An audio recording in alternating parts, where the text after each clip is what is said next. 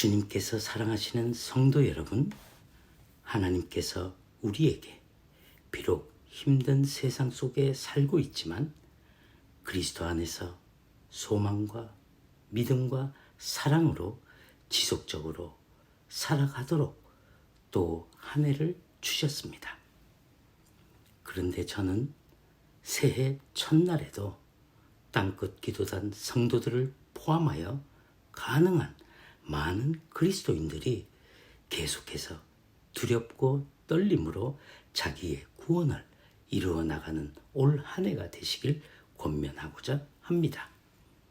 왜냐하면 올 한 해도 분명히 녹록치 않는 앞날이 예상되고 또 성경이 그렇게 예언하고 있기 때문입니다. 물론 구원을 이루라는 사도 바울은 천국으로 들어가는 길을 우리 스스로의 힘으로 가능하기 때문에 그렇게 말한 것이 아닙니다. 그는 오히려 하나님의 은혜로 그리스도 안에서 믿고 순종함으로 이루어질 것이라고 말하고 있는 것입니다. 그러므로 구원은 전적으로 하나님의 은혜와 예수 그리스도의 십자가의 복음과 성령님의 인치심의 연합의 역사로 이루어지는 것입니다. 즉 삼위일체의 온전하고 완전한 역사로 성부 하나님의 은혜와 자비의 구원 계획과 성자 하나님의 그 계획을 실행함으로 그리고 성령 하나님의 구원의 확정 곧 인치심으로 이루어지는 것을 뜻하는 것입니다. 우리가 구원을 얻기 위해 남들이 하지 않는, 남들이 할 수 없는 헌신들을 해왔고 또 하고 있고 앞으로도 계속 할지라도 그 헌신과 노력의 공로 때문에 구원을 얻는 것이 아니라 구원은 오직 하나님의 은혜의 결과라고 사도는 말하고 있는 것입니다. 우리가 주님의 의의 기준에 따르면 여전히 우리는 무익한 종이라 우리가 행한 일에 대한 보상을 요구할 수가 없습니다.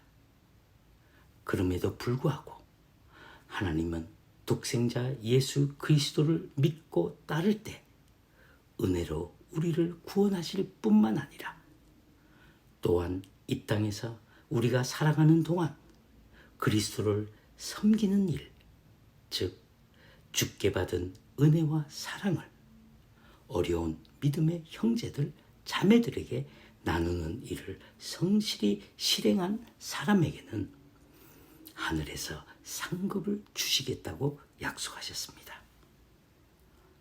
이 진리를 깨달은 성도들은 이 땅에 살면서 자연스럽게 천국에 자신의 보물을 쌓아가고 또 아버지와 아들이 기뻐하실 일에 마음을 쓰면서 성령님의 인도하심에 순종합니다. 오해하시지 않도록 다시 한번 설명드리면 우리의 선행 때문에 상을 받는 것이 아니라 우리의 선행에 따라 상을 주신다는 뜻입니다. 또한 한편으로는 사도 바울은 우리에게 마지막 심판날, 진노의 날에 임할 진노를 쌓지 않도록 조심할 것을 경고하고 있습니다. 그날이 오면 불순종한 자들은 하나님 앞에서 자기의 죄를 자기 입으로 직고하게 될 것이며 그에 합당한 형벌을 받게 될 것이라고 말했습니다. 물론 불신자들 뿐만 아니라 신자들도 하나님의 심판에 직면할 것이라고 했습니다. 좀 놀라운 일이지만 사실입니다. 수많은 그리스도인들은 자기는 예수님의 심판대 앞에 설 필요가 없다고 생각하며 또 많은 설교자들이 그렇게 말하기도 합니다. 그래서 사람들은 한 발은 교회에 또 다른 발은 세상에 두며 마음 편히 잘 지내고 있지만 그러나 전혀 그렇지 않습니다. 성경에 기록된 베드로전서 4장 17절 말씀을 보십시오. 하나님의 집에서 심판을 시작할 때가 되었나니 만일 우리에게 먼저 하면 하나님의 복음을 순종하지 아니한 자들의 그 마지막은 어떠하며, 이 구절에서 베드로 사도는 심판은 하나님의 집에서 시작할 것이며 우리에게, 즉 예수를 그리스도로 믿는 자들에게 먼저 그들의 믿음을, 그들이 한 말과 행실을 따져보게 될 것이라고 말하고 있는 것입니다. 만약에 여러분들 가운데서 하나님의 복음, 예수 그리스도의 십자가의 복음을 믿는다고 말하면서 순종은 등한히 여기시고 있다면 그것은 참으로 두려운 일이며 이는 장차 어둠 속에 내어 쫓기는 낭패를 당하여 거기서 이를 갈게 될 것이라고 성경은 말합니다.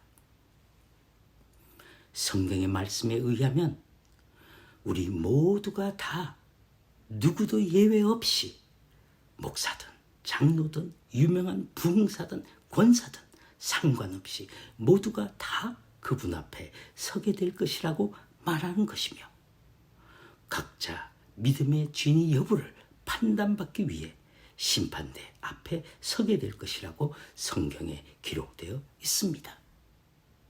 히브리서 4장 13절 말씀을 들어보십시오.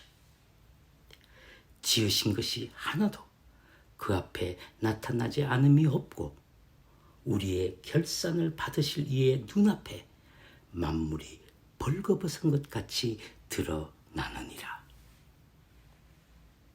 물론 우리가 참 그리스도인이라면 정죄를 받기 위해 심판대 앞에 서는 것이 아니라 우리의 선한 행위에 대한 질과 삶의 열매를 평가받기 위해 그분 앞에 설 것입니다.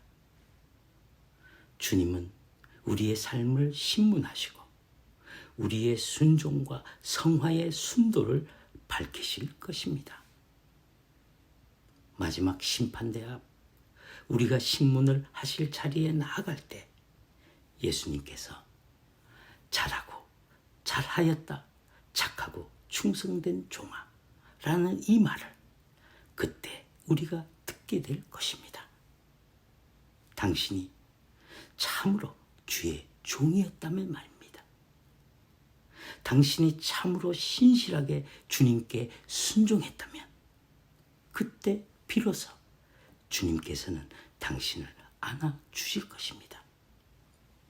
그리고 이런 칭찬과 함께 주님께서는 우리의 모든 눈물을 우리 눈에서 닦아주실 것이며 우리의 모든 슬픔과 아픔을 말끔하게 지우시고 우리를 위해 예비해둔 집, 우리의 본향집으로 우리를 인도해 주실 것입니다.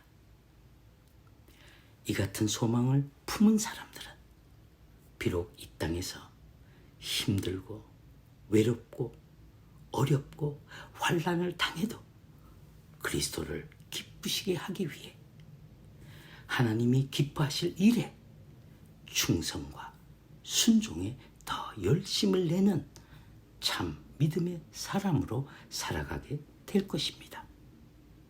그러나 신실하게 믿지 못하고 빈 껍데기 같은 신자들은 입술로는 아멘을 습관처럼 말하지만 말로는 하나님을 경외한다고 고백하지만 그 마음은 세상에 있으며 하나님으로부터 멀리 있는 자들, 이들은 예비된 불못에 떨어질 것이라고 주님은 엄중히 경고하셨습니다. 새해를 맞이하여 이 주제의 말씀을 꺼내들 수밖에 없는 것은 지금이 성경에 기록된 마지막 때인 것이 너무나 분명하고 또 말세 지말에 나타날 것이라고 예언하신 징조들이 매일 나타나며 또 그 강도가 증폭되고 있기 때문입니다. 성도 여러분, 이제는 자다가 깰 때입니다. 여러분에게 주어진 시간과 건강과 물질과 생각과 힘을 무엇을 위해 사용하고 있습니까? 하나님의 영광을 위해서입니까? 아니면 세상에서 자기 만족을 얻기 위해 허비하고 있습니까? 성도 여러분, 이제는 깨달아야 합니다. 깨어나야 합니다. 옆 사람들을 흔들어 깨우셔야 합니다. 주님께서 문 앞에 와 계십니다. 너희도 이 모든 일을 보거든 인자가 가까이 문 앞에 이른 줄 알라. 그러나 한편으로는 그 마지막 심판이 다가오고 있다는 것을 알게 될 때, 깨닫게 될 때 우리가 얻는 유익도 있습니다. 신실한 신자는 세상 사람들과 달리 이 세상에 많은 혼란스러운 일이 일어나도 크게 동요하지 않습니다. 왜냐하면 주님의 위안의 말씀이 우리에게 있기 때문입니다. 너희가 환난을 당하나 담대하라. 내가 세상을 이기었노라. 이 흑암의 세상이 제 아무리 발부둥쳐도 최후의 발악을 하여도 주님께서는 이미 그의 머리를 깨뜨리셨으므로 승리는 확정된 것입니다. 그러므로 주님은 볼지어다 내가 세상 끝날까지 너희와 항상 함께 있으리라고 하셨습니다. 전능하신 주님이 여러분과 저 그리고 모든 신실한 믿는 자들은 마지막 날 천사들의 나팔 소리가 임할 때나 아니면 우리의 생을 마감할 때까지 한사코 항상 우리와 함께 계시겠다고 약속하신 것입니다. 그런데도 성도 여러분, 무엇이 그렇게 두렵고 무엇을 그렇게 염려하고 계십니까? 여러분의 두려운 마음은 결코 주님께서 주시는 것이 아니며 여러분의 염려는 내일에게 맡기라고 주님께서 말씀하셨습니다. 그런데 왜 두려워하며 왜 염려를 주야로 묵상하고 계십니까? 믿음은 하나님의 입에서 나오는 모든 말씀을 믿는 것입니다. 그러므로 이제 여러분과 저는 주님의 말씀에 귀 기울이며 올 한 해에도 말씀에 순응하며 복종하는 복된 성도님들이 되시길 기원합니다. 이러므로 너희도 준비하고 있으라. 생각하지 않을 때 인자가 오리라고 하신 주님의 말씀을 가볍게 듣지 마시고 마음에 새겨 두십시오. 물론 우리가 먼저 주님 앞에 서게 될 수도 있겠지만 말입니다. 하나님께서 사랑하시는 성도 여러분, 올 한 해에도 부지런히 충성되고 지혜 있는 종이 되어 주인에게 그 집사람을 맡아 때를 따라 양식을 나누는 자가 되십시오. 주님이 다시 오시면 그런 종들에게 복을 주시며 주님의 모든 소유를 그에게 맡기실 것입니다.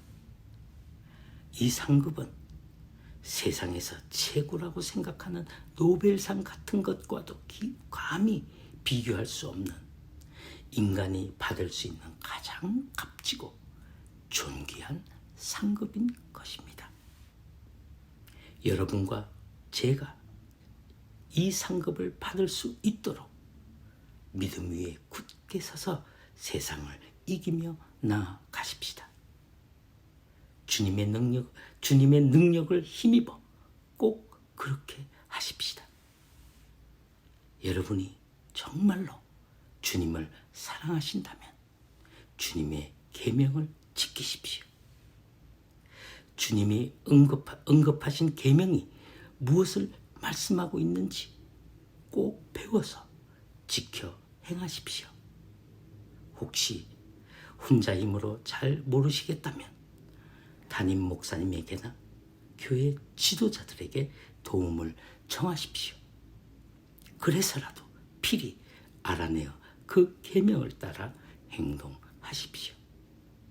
끝으로 여러분의 각 가정과 온 세계 교회들과 모든 성도들이 올 한 해에도 하나님의 은총이 떠나지 않기를, 충만하기를 간절히 기원합니다.